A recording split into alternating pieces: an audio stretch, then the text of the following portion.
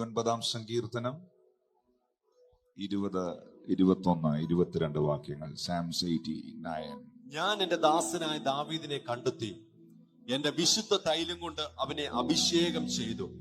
എന്റെ കൈ അവനോടുകൂടെ സ്ഥിരമായിരിക്കും, എന്റെ ഭുജം അവനെ ബലപ്പെടുത്തും. ശത്രു അവനെ തോൽപ്പിക്കുകയില്ല, വഷളൻ അവനെ പിടിപ്പിക്കുകയുമില്ല. എന്തുകൊണ്ട് ശത്രുവിനെ തോൽപ്പിക്കാൻ കഴിയുന്നില്ല? എന്തുകൊണ്ട് വഷളന് പീഡിപ്പിക്കാൻ പറ്റുന്നില്ല? ശത്രുവിന് തോൽപ്പിക്കണമെന്നുണ്ട്, ഇല്ലേ? നിന്നെ തോൽപ്പിക്കാൻ ഒരുപാട് സംഗതികൾ നിന്റെ ചുറ്റും, നിന്റെ പുറകെ ഇല്ലായിരുന്നോ? പക്ഷെ തോറ്റില്ലല്ലോ.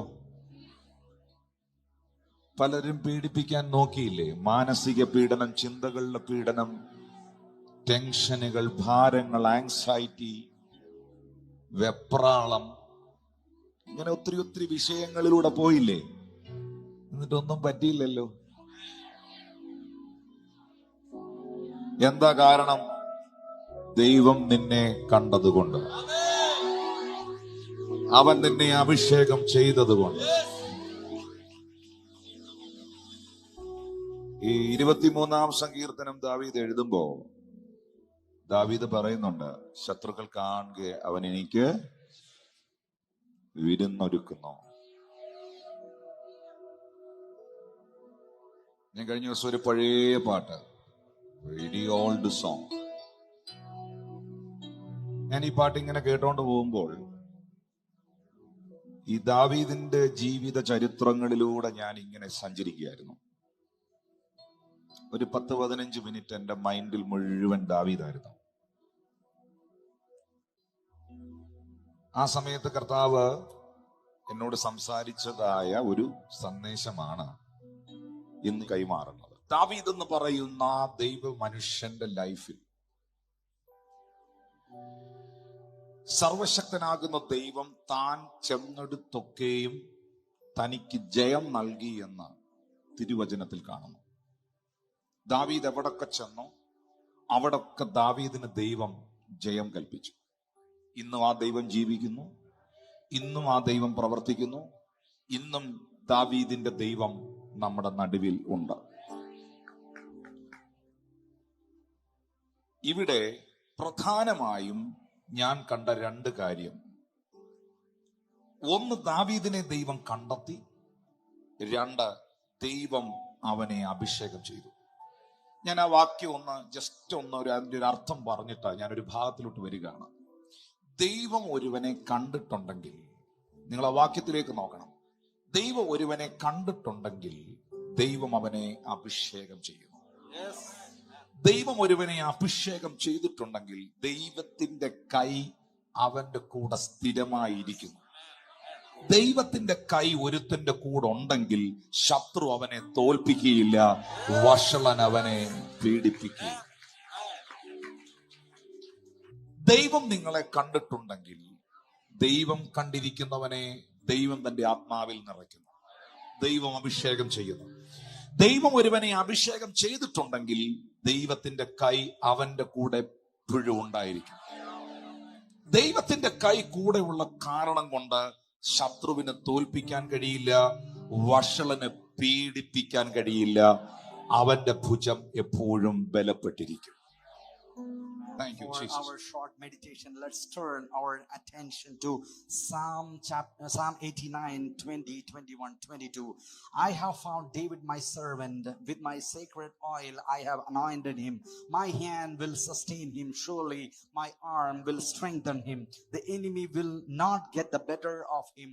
The wicked will not oppress him. Wherever David went, the Lord made him victorious. And there were 2 reasons. The first is that the Lord found David. Secondly, the Lord anointed David. And the pastor says, if the Lord has found you, the Lord will anoint you. Yes. And if the Lord anoints you, the Lord's powerful hand will always be with you.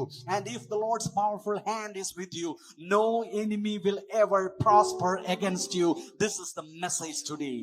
ഞാൻ അത് തെളിയിക്കുന്ന ഒരു സംഭവത്തിലേക്ക് നിങ്ങളുടെ ശ്രദ്ധയെ കൊണ്ടുപോകുന്നു.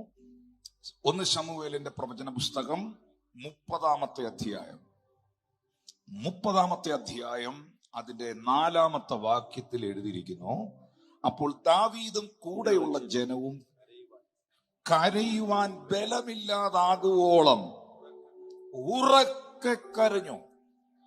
ദാവീദും തന്റെ കൂടെയുള്ള ജനവും കരയാൻ ബലമില്ലാതാകുവോളം, ശക്തി ക്ഷയിക്കുവോളം ഉറക്കെ അവൻ കരഞ്ഞു. എന്താണ് ഈ നിലവിളിയുടെ കാരണം? എന്താണ് ഈ രോദനത്തിന്റെ പിന്നിലെ പ്രതിസന്ധി? അമാല്യോക്യർ സിക്ലാഗ് ആക്രമിക്കുന്ന സാഹചര്യമാണ്.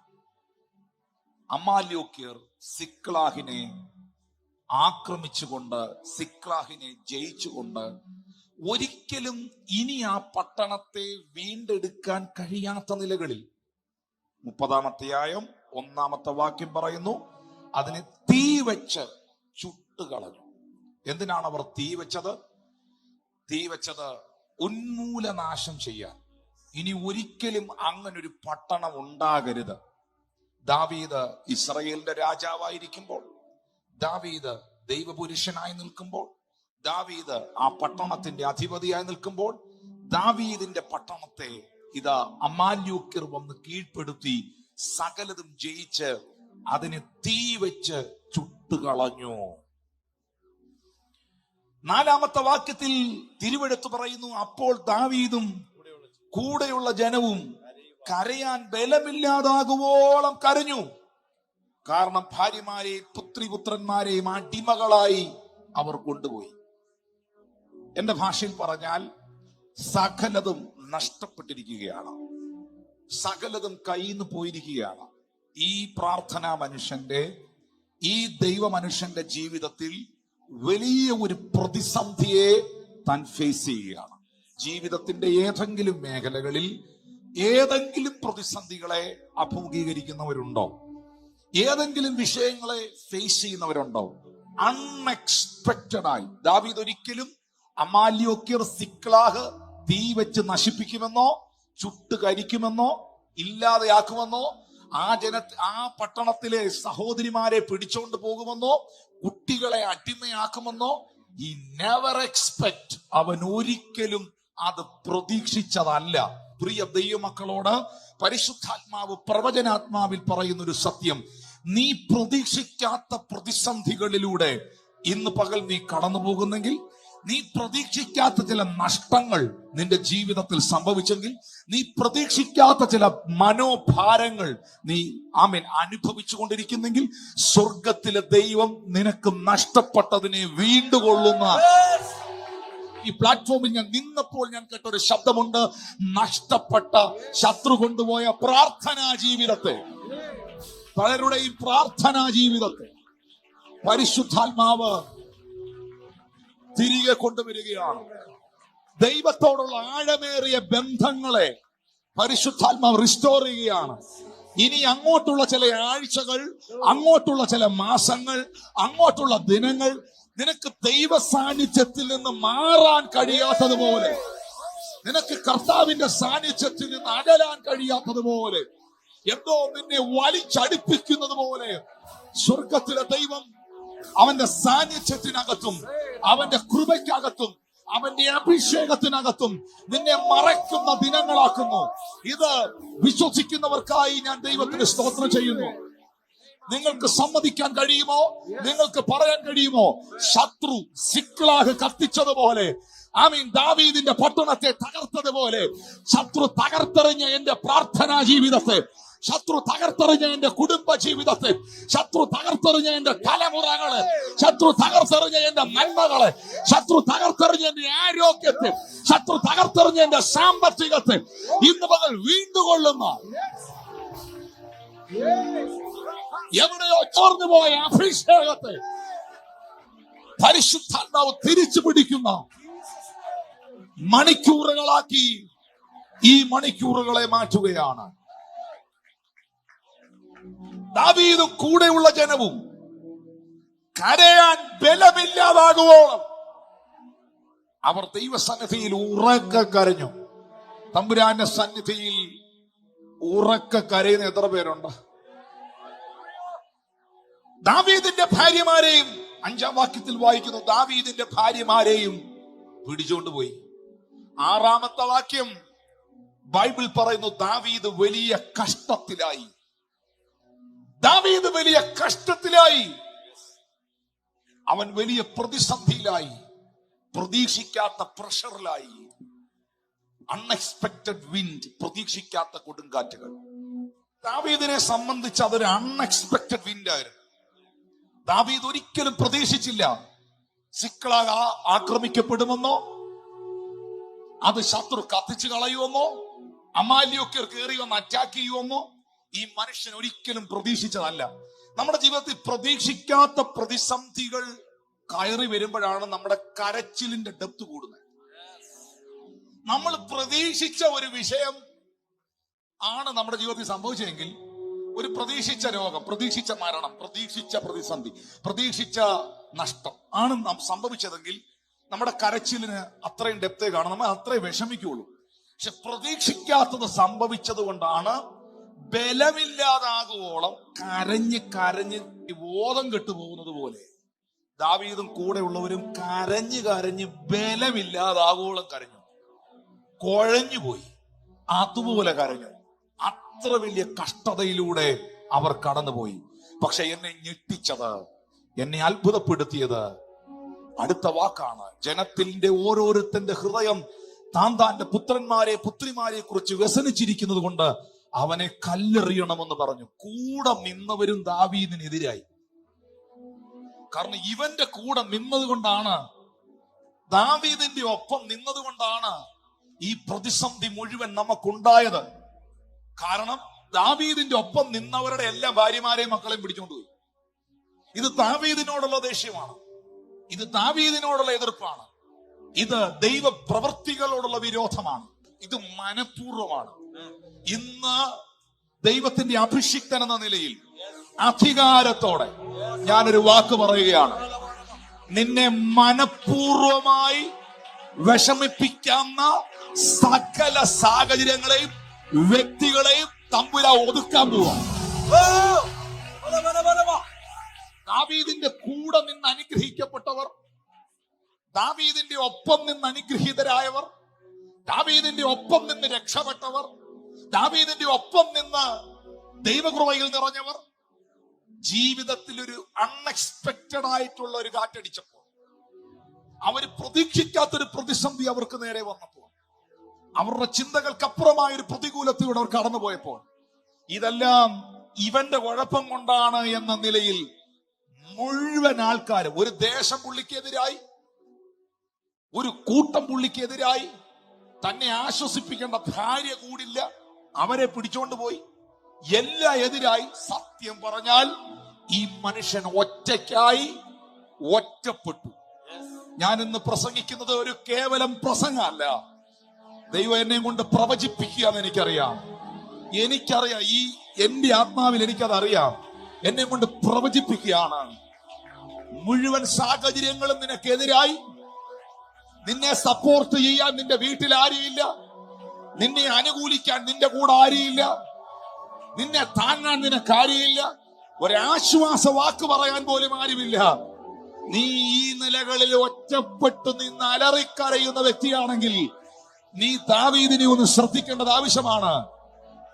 ഈ കഷ്ടതയുടെ നടുവിൽ, ഈ ഒറ്റപ്പെടലിന്റെ നടുവിൽ, ഈ നഷ്ടങ്ങളുടെ നടുവിൽ, ഈ പ്രതിസന്ധിയുടെ നടുവിൽ, ഈ വേദനയുടെ നടുവിൽ തിരുവെടുത്ത് പറയുന്നു, ദാവീദോ തന്റെ ദൈവമായ യഹോവയിൽ ധൈര്യപ്പെട്ടു. But David encouraged himself in the Lord is God. We find a tremendous amount of struggle and trouble in the life of David if we turn our attention to 1 Samuel 30 verse 4. David and his men wept aloud until they had no strength left to weep. This is a situation which is unprecedented, because the reason for this weeping is that Amalekites have come and totally dismantled and destroyed everything which David had at Ziklag, and it was set on fire. Why it was set on fire? Because they wanted a complete destruction. Nothing was left for David. Everything living was taken out. Every wealth was looted, and nothing remained, nothing left. And one of the greatest trouble David had ever had in his life, he is standing alone as a one person. This, as the pastor says, this is the unexpected trouble. This is unimaginable destruction. And the pastor says this is unexpected wind. And when such kind of winds, when it attacks you, you will weep like this. You won't have strength left in you. That was the situation. And the pastor says, if you are going through such kind of unexpected wind, the Lord is going to restore what you have lost in his life. You have lost everything. There is nothing left in your life. And the Lord says, the Lord is going to bring back things which you have lost. All the things which the enemy has taken away, the Lord is bringing it back into your life. And the Lord says, the Lord is bringing someone into a greater and deeper intimacy with the Lord. Intimacy for long hours. You are going to spend in the presence of the Lord. You will reap in the presence of the Lord. You will have greater spiritual experiences. And I receive that in Jesus' name. And this man David was completely stripped of everything he had. And the situation became worse when the people surrounding him took stones to stone at him, because David is the reason for all the loss they had. David was the person who was the helper for all these people. Now they have lost everything because of David, and they are taking up stones. And the Lord says that God is going to snuff out all such oppositions that is raising up against the anointed one of God. If you are anointed by the Lord, if people are turning against you, the Lord says that he is going to snuff out, he is going to extinguish all the things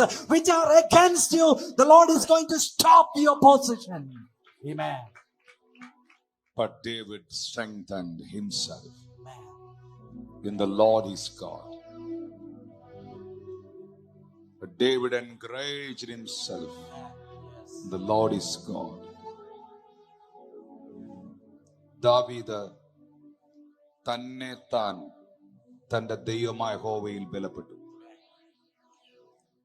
ബലപ്പെടുത്താൻ ഒരു pastor വന്നില്ല, ബലപ്പെടുത്താൻ ഒരു പ്രവാചകൻ വന്നില്ല, ബലപ്പെടുത്താൻ ഒരു രാജാവ് വന്നില്ല, ബലപ്പെടുത്താൻ കുടുംബക്കാരില്ല, ബലപ്പെടുത്താൻ നാട്ടുകാരില്ല, ബലപ്പെടുത്താൻ short message ഇല്ല, ബലപ്പെടുത്താൻ പാട്ടുകാരില്ല, ആരുമില്ല. ജീവിതത്തിൽ ഇങ്ങനെയുള്ള സാഹചര്യങ്ങളിൽ നിങ്ങൾക്ക് ബലപ്പെടാൻ പറ്റണമെങ്കിൽ നിങ്ങൾക്ക് വ്യക്തിപരമായി ദാവീദിനെ പോലെ ദൈവത്തോടൊരു ബന്ധം ഉണ്ടാകണം. ചിലപ്പോൾ ഒരു ദൈവ ശബ്ദവും നീ കേട്ടില്ല എന്ന് വരും, ഒരു വ്യക്തികളും നിന്നെ ആശ്വസിപ്പിക്കാൻ വന്നില്ല എന്ന് വരും, ആരും നിന്റെ കൂടെ ഇല്ല എന്ന് വരും. ജീവിതത്തിൽ ഒറ്റപ്പെട്ടു പോകുന്ന സാഹചര്യങ്ങൾ വരും. വരത്തില്ലെന്നല്ല, വരാം. പക്ഷേ one of the blessed and powerful message in the Bible. But David encouraged himself in the Lord is God. എന്റെ ഹസ്ബൻഡ് എന്നെ എൻകറേജ് ചെയ്യുന്നില്ല, എന്റെ ഭാര്യ എന്നെ എൻകറേജ് ചെയ്യുന്നില്ല, എന്റെ പാസ്റ്റർ എന്നെ എൻകറേജ് ചെയ്യുന്നില്ല, എന്റെ സഹോദരങ്ങൾ എന്നെ എൻകറേജ് ചെയ്യുന്നില്ല, എന്റെ വീട്ടുകാരെന്നെ എൻകറേജ് ചെയ്യുന്നില്ല. വേണ്ട വേണ്ട, നിനക്ക് ക്രിസ്തുവിൽ പരിശുദ്ധാത്മാവിൽ തന്നെത്താൻ നിന്നെ തന്നെ ബലപ്പെടുത്താൻ കഴിയുന്ന ഒരു സോഴ്സ് ഉണ്ടെന്ന് എനിക്കിത് എങ്ങനെ ഇത് പറയേണ്ടിയെന്ന് എനിക്ക് അറിഞ്ഞൂടാ പ്രിയരെ. വീഡിയോകൾ കണ്ട് എൻകറേജ്ഡ് ആവുന്നവരുണ്ട്, പാട്ടുകൾ കേട്ട് എൻകറേജ്ഡ് ആകുന്നവരുണ്ട്, ഒരു പ്രവാചകന്റെ പ്രവചന ശബ്ദം റെക്കോർഡ് ചെയ്ത് വെച്ചത് പിന്നെയും കേട്ട് എൻകറേജ്ഡ് ആകുന്നവരുണ്ട്. പക്ഷെ ഇതിലെല്ലാം ഉപരിയായി ഈ സംവിധാനങ്ങൾ ഒന്നും തന്നെ ഇല്ലാതെ ജീവിതത്തിന്റെ പ്രതിസന്ധി ഘട്ടത്തിൽ, പ്രതികൂലത്തിന്റെ ഘട്ടത്തിൽ ചാമ്പൽ കൂമ്പാരത്തിന്റെ മുകളിലിരുന്നു കൊണ്ട് പ്രതികൂലത്തിന്റെ നടുവിൽ, ശത്രു മുഴുവൻ കത്തിച്ച് കരിച്ചു കളഞ്ഞതിന്റെ നടുവിൽ, ചുറ്റും നോക്കിക്കാണാൻ ഒന്നുമില്ലാതിരിക്കുമ്പോൾ, ഒപ്പം നിൽക്കുന്നവർ എതിരായിരിക്കുമ്പോൾ, കയ്യിൽ എറിയാൻ കല്ലുമായി ഒരു കൂട്ടർ കരുതി നിൽക്കുമ്പോൾ, അതിന്റെ നടുവിലും നിനക്ക് ബലപ്പെടാൻ കഴിയുന്ന നിലകളിൽ ദൈവത്തോടൊരു ബന്ധം, ദൈവത്തോടൊരു ബന്ധം, പരിശുദ്ധാത്മാവിനോടൊരു ബന്ധം ഇന്ന് പകലുണ്ടോ?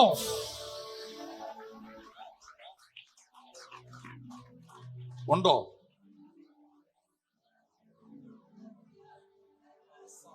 തല ഉയർത്തി എന്നെ ഒന്ന് നോക്കി.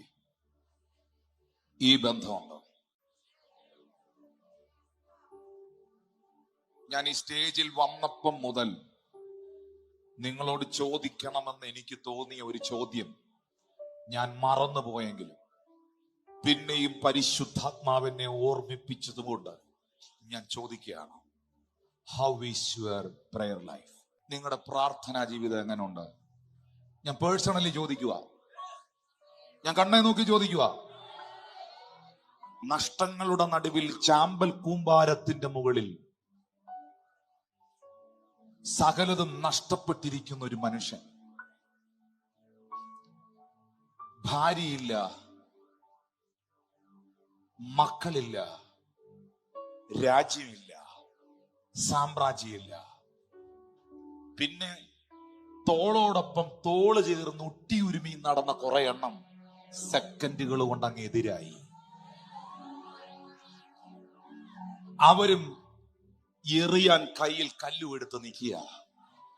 ഈ മനുഷ്യൻ ഒറ്റപ്പെട്ട് ചാമ്പൽ കൂമ്പാരത്തിന്റെ മുകളിലിരുന്നുകൊണ്ട് പറയുന്നൊരു വാക്കുണ്ട്. വാക്യം 7. ദാവീദ് അഹിമേലെക്കിന്റെ മകനായ അബ്യാഥിർ പുരോഹിതനോട്, ഏഫോദ് എവിടെ, ഏഫോദ് എവിടെ, കൊണ്ടുവരിക എന്ന് പറഞ്ഞു. അബ്യാഥാർ ഏഫോദ് ദാവീദിന്റെ അടുക്കൽ കൊണ്ടുവന്നു. എന്താണ് എഫോദ്? എഫോദ് ഈസ് ദ ഹോളി ഗാർമെന്റ്. മഹാപുരോഹിതന്റെ വസ്ത്രമാണ്. മഹാപുരോഹിതൻ പുറമേ ഏപ്രിൻ പോലെ അണിയുന്ന വസ്ത്രമാണ് എഫോദ്. എഫോദിന്റെ നടുക്ക് 12 കളറിലുള്ള രത്നങ്ങൾ പുരോഹിതൻ പതിച്ചിരിക്കുന്ന 12 ഗോത്രങ്ങളുണ്ട്.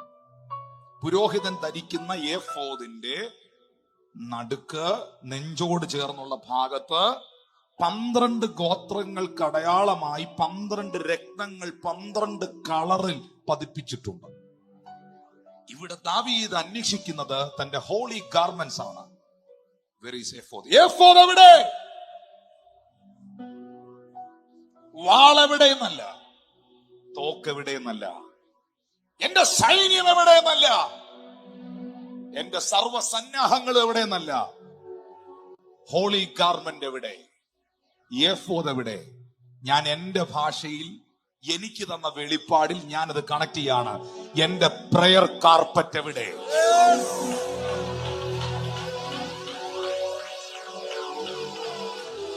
പുരോഹിതനായ അബ്യാഥാറിന് മാത്രമേ ദാവീദിന് എഫോദ് കൊടുത്ത് സഹായിക്കാൻ കഴിയൂ. കാരണം അത് പുരോഹിതന്റെ വസ്ത്രമാണ്. 12 ഗോത്രങ്ങളെ, ഇസ്രായേലിന്റെ 12 ഗോത്രങ്ങളെ അങ്ങോട്ടെടുത്ത് നെഞ്ചോട് ചേർത്ത് വെച്ച് ചാമ്പൽ കൂമ്പാരത്തിന്റെ മുകളിലിരുന്ന് തമ്പുരാന്റെ മുഖം അന്വേഷിക്കുമ്പോൾ അകത്ത് കത്തിയ വെളിപ്പാട് എന്നാണെന്നറിയാവോ? ഈ 12 ഗോത്രത്തെയും തൊടാൻ ശത്രുവെ നിനക്ക് സാധ്യമല്ല.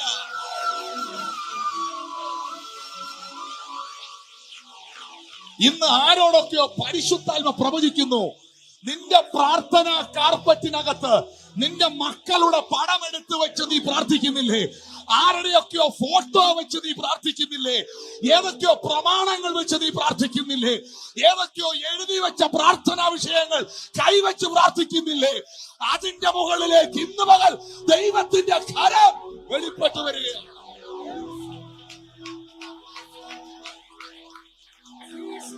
അഞ്ചാം വാക്യത്തിൽ David strengthened himself.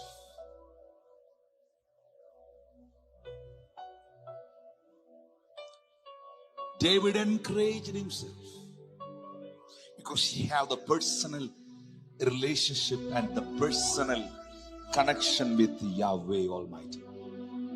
മോനെ മോളെ എല്ലാരും എന്നെ നോക്കിയേ. എപ്പോഴാ നിന്റെ ജീവിതത്തിൽ ചില കൊടുങ്കാറ്റ് വരുന്നതെന്ന് പറയാൻ പറ്റുകയില്ല. എപ്പോഴാ ചില പ്രതിസന്ധികൾ നമ്മുടെ ജീവിതത്തിലേക്ക് കയറി വരുന്നതെന്ന് നമുക്ക് പറയാൻ പറ്റുകയില്ല. അവിടെ നീ തളർന്നു പോകാതിരിക്കണമെങ്കിൽ, അവിടെ നീ തകർന്നു പോകാതിരിക്കണമെങ്കിൽ, അവിടെ ആങ്സൈറ്റി ഇല്ലാതെ, ആകുലതകളില്ലാതെ ദൈവത്തെ സ്തുതിക്കാൻ കഴിയണമെങ്കിൽ, ചാമ്പൽ കൂമ്പാരത്തിന്റെ മുകളിലിരുന്നും അപ്പാ എന്ന് വിളിക്കുന്ന ഒരു ബന്ധം ദൈവത്തോട് വേണം. നിന്റെ പ്രാർത്ഥനാ ജീവിതം എങ്ങനെയുണ്ട്? ഈ സ്റ്റേജിൽ ഞാൻ ഇന്ന് വന്ന് കയറിയപ്പോ മുതൽ ഞാൻ കേൾക്കുന്ന ശബ്ദമാണ്, മോനെ നീ പറയണം ഇവരോട്, ഇവർക്ക് എന്നോട് പഴയ പോലെ ബന്ധമില്ല, ഇവരെന്നോട് പഴയ പോലെ മിണ്ടുന്നില്ല, ഇവരെന്നോട് പഴയതുപോലെ അടുക്കുന്നില്ല, ഇവര് തിരക്കാണ്, ഇവരിങ്ങനെ അകലം വിട്ടു പോവുകയാണ്. എന്റെ അടുത്ത് കുറെ കൂടെ അടുത്ത് വരാൻ, എന്റെ അടുത്ത് ഒരു ദിവസത്തിൽ ഒരു 10 മിനിറ്റെങ്കിലും ഒന്ന് മിണ്ടാൻ നീ ഇവരോടൊന്ന് പറയണം. നിങ്ങൾക്കറിയോ, പകൽ മുഴുവൻ ശുശ്രൂഷ കഴിഞ്ഞിട്ട് എല്ലാ സന്ധ്യായാമത്തിലും മലയുടെ മുകളിൽ കയറിപ്പോയി അപ്പനോട് മിണ്ടുന്നൊരു മോനുണ്ടായിരുന്നു. എല്ലാ പകലത്തെ ശുശ്രൂഷകളും കഴിഞ്ഞ് എല്ലാ സന്ധ്യാസമയത്തും മലമുകളിൽ കയറിപ്പോയി രാത്രികാലങ്ങളിൽ അപ്പനോട് സംസാരിക്കുന്ന ഒരു പുത്രനുണ്ടായിരുന്നു. ആ പുത്രനും കിട്ടി കുരിശ്, ആ പുത്രനും കിട്ടി അടി, ആ പുത്രനും കിട്ടി പീഡനം. പക്ഷെ അപ്പനോടുള്ള ബന്ധം അവനിൽ നിന്നതുകൊണ്ട് കല്ലറകൾക്കോ ക്രൂശിനോ അവനെ തകർക്കാൻ കഴിഞ്ഞില്ല. അവൻ 3-ാം നാൾ ഉയർത്തെഴുന്നേറ്റു. പരിശുദ്ധാത്മ പറയുന്നു, ദൈവത്തോടുള്ള നിന്റെ ബന്ധം നീ വീണ്ടെടുക്കുക. നിന്റെ പ്രാർത്ഥനാ ജീവിതത്തെ നീ തിരികെ പിടിക്കുക. നിന്റെ പ്രയർ കാർപ്പറ്റ് നിന്റെ പ്രാർത്ഥനാ മുറിയിൽ നിവർത്തിയിടുക. ഉപവസിക്കുക, പ്രാർത്ഥിക്കുക, ദൈവത്തോട് സംസാരിക്കുക, ദൈവവചനത്തെ ധ്യാനിക്കുക.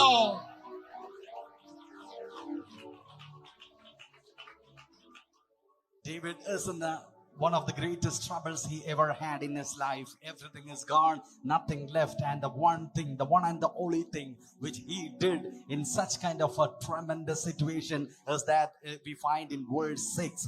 Verse 6 says, David encouraged himself in the Lord. This is one of the greatest encouragement, one of the most prolific verses of encouragement in the Bible. There are no songs, there are no short videos for encouragement. There is no prophecy, no prophets, nothing is there. Only ashes. He is standing on top of the ashes, and on top of the ashes, what David does is he encouraged himself in the Lord. And today the Lord asks all of us, do you have that kind of a relationship with God to imbibe that power and encouragement from the Lord? Do you have that kind of an intimacy with the Lord so that you can have the supply of the encouragement? The Lord asks all of us today, how is your prayer life? David stands on the ashes and he says in verse 7, David said to Abiathar the priest, the son of Ahimelech, bring me the ephod. And Abiathar brought it to him. Bring me the ephod. And the pastor says, what is ephod? That is the holy garment which the priest wears. Or the revelation which comes to us is that, where is my prayer carpet? The Lord asks all of us today, where is your prayer carpet? Have you talked with the Lord at least for 10 minutes? The Lord Jesus Christ had a sustained relationship with his Father, and though cross Pentecost came to him, there was a resurrection waiting for him. And the Lord asks all of us today, where is the prayer carpet? And the Lord asks, where is your prayer book? Those who have written down the names, the things, the photos, the Lord says the Lord is going to touch that. The Lord is going to take up your case. If you have the prayer carpet, you will not fail in your life. The Lord says the Lord will increase your prayer life and will sustain it. എഫോദ് ദാവീദിന്റെ അടുക്കൽ കൊണ്ടുവന്നപ്പോൾ 8ാമത്തെ വാക്യത്തിൽ ദാവീദ് ദൈവത്തോട് ചോദിക്കുന്നു, ഞാനതാ പറഞ്ഞ ബന്ധം എവിടെ ഇരുന്നാ പുള്ളി ചോദിക്കുന്നേ? കത്തി നശിച്ച പട്ടണത്തിന്റെ നടുവിൽ. നിങ്ങളുടെ കൂട്ടുണ്ടായ നഷ്ടമല്ല, 100 കണക്കിന് നഷ്ടങ്ങളുടെ നടുവിൽ, ഏറ്റവും കഷ്ടത്തിലായ അവസ്ഥയുടെ നടുവിൽ, കരയാൻ ബലമില്ലാതാകുവോളം കരഞ്ഞു കുഴഞ്ഞു വീണ് കിടക്കുന്ന സാഹചര്യത്തിന്റെ നടുവിൽ ദൈവത്തോട് ചോദിക്കുന്നു, ഞാൻ ഈ പരീക്ഷയെ പിന്തുടരണോ? പക്ഷേ ദാവീദ് ചോദിക്കുന്നു, ഞാൻ അമാലിയോക്കരെ പിന്തുടരണോ? ഞാൻ അവരെ എത്തിപ്പിടിക്കുമോ? ദൈവത്തോട് ചോദിക്കുകയാണ്. പ്രതിസന്ധിയുടെ നടുവിൽ, പ്രശ്നങ്ങളുടെ നടുവിൽ പ്രാർത്ഥിക്കുന്നവരുടെ എണ്ണമാണോ കൂടുതൽ, പിറുപിറുക്കുന്നവരുടെ എണ്ണമാണോ കൂടുതൽ? പക്ഷെ ഇവിടെ ദാവീദ് പ്രാർത്ഥിക്കുകയാണ്. വാൾ അന്വേഷിക്കേണ്ടവൻ എഫോദ് അന്വേഷിക്കുകയാണ്. ഞാൻ ഈ പരീക്ഷയെ പിന്തുടരണോ? ഞാൻ അവരെ എത്തിപ്പിടിക്കുമോ? പ്രതിസന്ധിയുടെ നടുവിൽ കർത്താവിന്റെ അടുത്തൊന്ന് ഇരിക്കാവോ? മാനസിക സംഘർഷങ്ങളുടെ നടുവിൽ ഒരു അരമണിക്കൂർ ഒന്ന് പ്രാർത്ഥിക്കാവോ? ഒരു പായ എടുത്തിട്ടിട്ട് അതിനകത്ത് കയറി കുറച്ചു നേരം മുട്ടയിൽ നിന്ന് കൈ ഉയർത്തിപ്പിടിച്ച് ദൈവത്തോടൊന്ന് വർത്താനം പറയാവോ? ദൈവമുഖം ഒന്ന് അന്വേഷിക്കാവോ? അന്വേഷിച്ചാൽ നീ ഒരു ശബ്ദം കേൾക്കും. ദാവീദിനോട് ദൈവം പറയുകയാണ്, പിന്തുടരുക, നീ അവരെ നിശ്ചയമായും എത്തിപ്പിടിക്കും,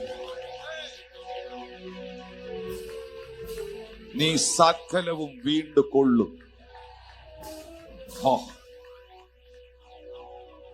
നിശ്ചയമായും നിന്റെ ഈ പ്രതിസന്ധിയെ ദൈവം എടുത്ത് കളയും. നിനക്ക് തന്നെ താൻ ജയിക്കാൻ പറ്റാത്ത പല മേഖലയും ദൈവം നിന്നെ ജയിപ്പിക്കും.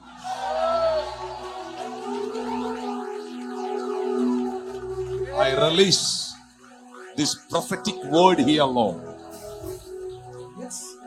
നിനക്ക് തന്നെ താൻ കൈകാര്യം ചെയ്യാൻ കഴിയാത്ത പലതും ദൈവം നിനക്ക് വേണ്ടി കൈകാര്യം ചെയ്യും. ഞാൻ ഈ പരീക്ഷയെ പിന്തുടരണോ? ദൈവമേ, നീ പറയാത്ത ഒരു കാര്യത്തിനും ഞാൻ സ്റ്റെപ്പ് വയ്ക്കില്ല. എന്റെ കൈ വാള് കാണും, വടി കാണും, അധികാരം കാണും, പദവി കാണും, ഞാൻ ദാവീദായിരിക്കും, രാജാവായിരിക്കും, പല യുദ്ധങ്ങളും ജയിച്ച അനുഭവ സമ്പത്തുണ്ടാകും. പക്ഷേ ദാവീദ് ചെന്നെടുത്തൊക്കെയും യഹോവ അവന് ജയം കൊടുത്തെന്ന് ശമൂവേൽ പ്രവാചകന്റെ പുസ്തകത്തിൽ തന്നെ 5 തവണ എഴുതി വെച്ചിട്ടുണ്ട്. അതിന്റെ കാരണം എന്നാണെന്നറിയോ? ദൈവത്തോട് ചോദിക്കാതെ ഈ മനുഷ്യൻ ഒരു സ്റ്റെപ്പ് വെക്കുകയില്ലായിരുന്നു. ദൈവത്തോട് ചോദിക്കാതെ ഒരിക്കൽ ഒരിടത്ത് മാത്രം പുള്ളി ഒരു സ്റ്റെപ്പ് വെച്ചു. അത് പുള്ളി ഭയങ്കര വില കൊടുക്കേണ്ടി വന്നു.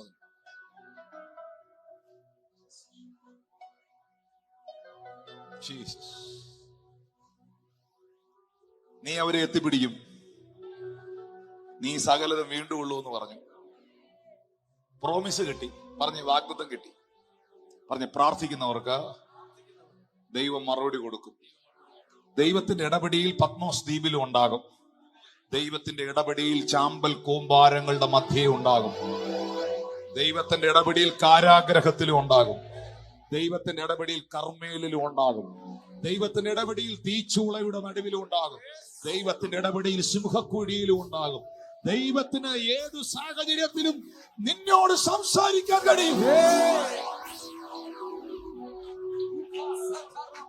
സംസാരിക്കാൻ കഴിയും.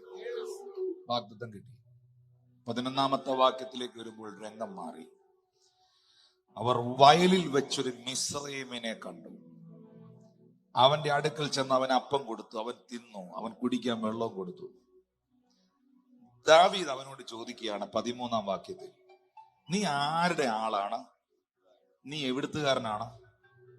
അവൻ പറഞ്ഞു, ഞാനൊരു മിസ്രയീമ്യ ബാല്യക്കാരൻ, ഒരു അമാല്യോക്യന്റെ ഭൃത്യൻ. 3 ദിവസം മുമ്പേ എനിക്ക് ദീനം പിടിച്ചത് കൊണ്ട് എന്റെ യജമാനൻ എന്നെ ഉപേക്ഷിച്ചു. കണ്ടോ, ശത്രുപാളയത്തിൽ നിന്നുള്ള ഒരുത്തനെ ദൈവം ഇപ്പുറത്താക്കുക. അമാലികരാണല്ലോ ഇത് മുഴുവൻ നശിപ്പിച്ചേ. ഒരു അമാലിയോക്കെന്റെ സഹഭൃത്യനെ ദൈവം ഇപ്പുറത്താക്കി കൊടുക്കുകയാണ്. ഹല്ലേലൂയ. 15-ാമത്തെ വാക്യത്തിൽ ദാവീദ് അവനോട് ചോദിക്കുന്നുണ്ട്, ആ പരിശയുടെ അടുക്കിലേക്ക് നീ വഴി കാണിച്ചു തരുവോ? അപ്പൊ യുവമാരിപ്പോ എവിടാ ഇരിക്കുന്നതെന്ന് ദാവീദിന് അറിഞ്ഞുകൂടാ. ദാവീദിന് ദൈവം വാഗ്ദത്തം കൊടുത്തു, നീ അവരെ പിന്തുടരും, നീ സകലതും തിരിച്ചു പിടിക്കും. പക്ഷെ യുവമാർ എവിടാന്ന് അറിഞ്ഞുകൂടാ. അപ്പോഴാണ് അവന്റെ കൂട്ടത്തിൽ നിന്ന് ഒരുത്തനെ ദൈവം ഇപ്പുറത്താക്കി കൊടുക്കുന്നത്.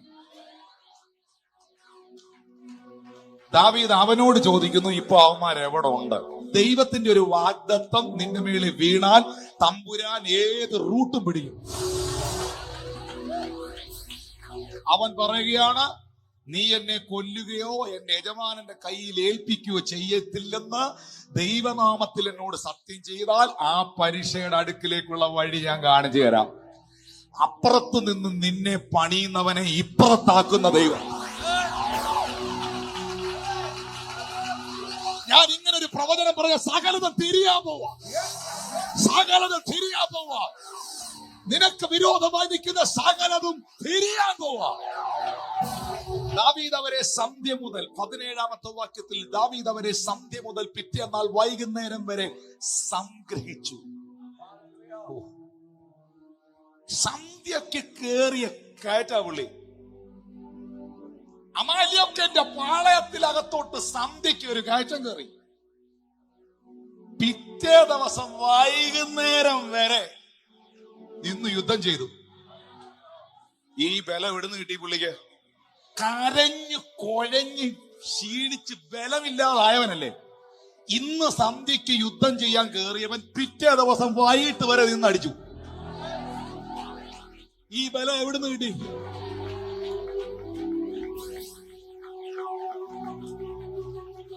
സാഹചര്യങ്ങളുടെ മുമ്പിൽ അവൻ കരഞ്ഞു കുഴഞ്ഞെങ്കിലും ആത്മാവിനകത്ത് അവൻ ബലപ്പെട്ടു.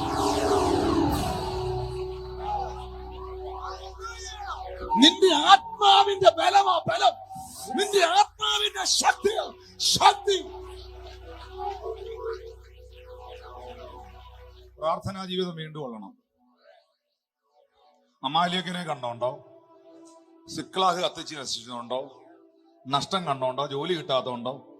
എന്തോ നിനക്കെന്തോ ദൈവത്തെ അറിഞ്ഞത് ബുദ്ധിമുട്ടായി തീർന്നത് ചിന്തിച്ചതുണ്ടോ? നീ ദൈവത്തോടുള്ള ബന്ധം അവസാനിപ്പിച്ചാൽ അതോടുകൂടെ മൊത്തം അവസാനിക്കുകയാണ്.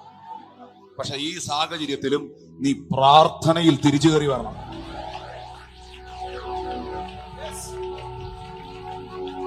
നീ പ്രാർത്ഥനയിൽ തിരിച്ചു കയറി വരണം. കയറി വന്നാൽ ദൈവം നിന്നോട് സംസാരിക്കും. നീ അവരെ പിന്തുടരും. ദൈവം പറയുക, നീ അവരെ പിന്തുടരും, നീ അവരെ പിടിക്കും. ദാവീദ് അത് വിശ്വസിച്ചു. എവിടെ ഇട്ട് പിന്തുടരും? അവരെന്ത് എവിടെ പോയി പിടിക്കും? അവരെവിടാ അറിഞ്ഞൂടാ. അപ്പോഴാണ് അവന്റെ കൂട്ടത്തിലുള്ള ഒരുത്തൻ വഴിതെറ്റി ഇതിനകത്ത് വന്ന് കയറുന്നേ. ഞാൻ ഇന്നൊരു വെളിപ്പാട് പറയുക, നിന്റെ മേളിൽ ഒരു വാഗ്ദത്തം ഉണ്ടെങ്കിൽ അത് നടത്തിയെടുക്കാൻ ദൈവം ഏത് റൂട്ട് പിടിക്കും. ചിലപ്പോ അപ്പുറത്ത് നിൽക്കുന്നവനെ ഇപ്പുറത്താക്കും, ഇപ്പുറത്ത് നിൽക്കുന്നവനെ അപ്പുറത്താക്കും. വേണ്ടി വന്ന ചെങ്കടല് രണ്ടാക്കും. വേണ്ടി വന്ന കാരാഗ്രഹം തുറക്കും. നിന്റെ മേളിൽ ദൈവത്തിന്റെ വാഗ്ദത്തമുണ്ട്. ദൈവം അത് ചെയ്യും. ഇന്ന് കണ്ട മിസ്രൈമിനെ നീ കാണത്തില്ല എന്ന് ദൂത് റിലീസായാൽ ചെങ്കടൽ ദൈവത്തിനൊരു വിഷയമല്ല. നീ പിന്തുടരും,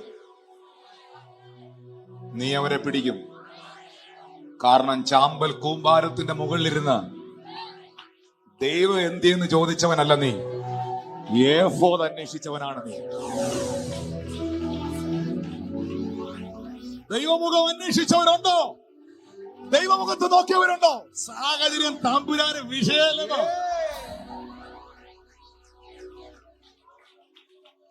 ഇപ്പുറത്ത് നിന്ന് ഒരുത്തനെ നാവിഗേറ്ററുമായിട്ട് ഇപ്പുറത്ത് കൊണ്ടുവന്നു, വഴി പറഞ്ഞു കൊടുക്കാൻ, റൂട്ട് പറഞ്ഞു കൊടുക്കാൻ. സന്ധ്യ മുതൽ പിറ്റേ ദിവസം വൈകുന്നേരം വരെ നിന്ന് 17-ാമത്തെ വാക്യത്തിൽ സംഗ്രഹിച്ചു. ഓ, അവരിൽ ഒരുത്തനും ഒഴിഞ്ഞു പോകുകയില്ല. 18-ാമത്തെ വാക്യത്തിൽ പറയുന്നു, ദാവീദിന്റെ ഭാര്യമാരെ ദാവീദ് ഉദ്ധരിച്ചു. അവർ അപഹരിച്ചു കൊണ്ടുപോയതിൽ ചെറുതോ വലുതോ, വാക്യത്തിലോട്ട് നോക്കിക്കോ, അവർ അപഹരിച്ചു കൊണ്ടുപോയതിൽ ചെറുതോ വലുതോ, ചെറുതോ വലുതോ, പുത്രന്മാരോ പുത്രിമാരോ കൊള്ളയോ യാതൊന്നും കിട്ടാതിരുന്നില്ല. ദാവീദ് എല്ലാം മടക്കിക്കൊണ്ടുപോകുന്നു. നീ ജയിക്കും, ദൈവം നിന്നെ ജയിപ്പിക്കും. നീ സകലത്തെയും തിരിച്ചു പിടിക്കും, നീ സകലത്തെയും തിരിച്ചു പിടിക്കും. I really love this word. David brought it all back. David recovered all.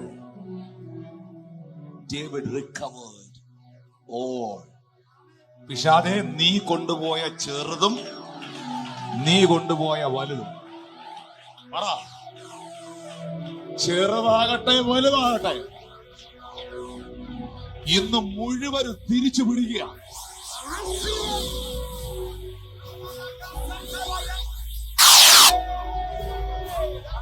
എന്റെ ആരോഗ്യം, എന്റെ സൗഖ്യം ഞാൻ തിരിച്ചു പിടിക്കുക.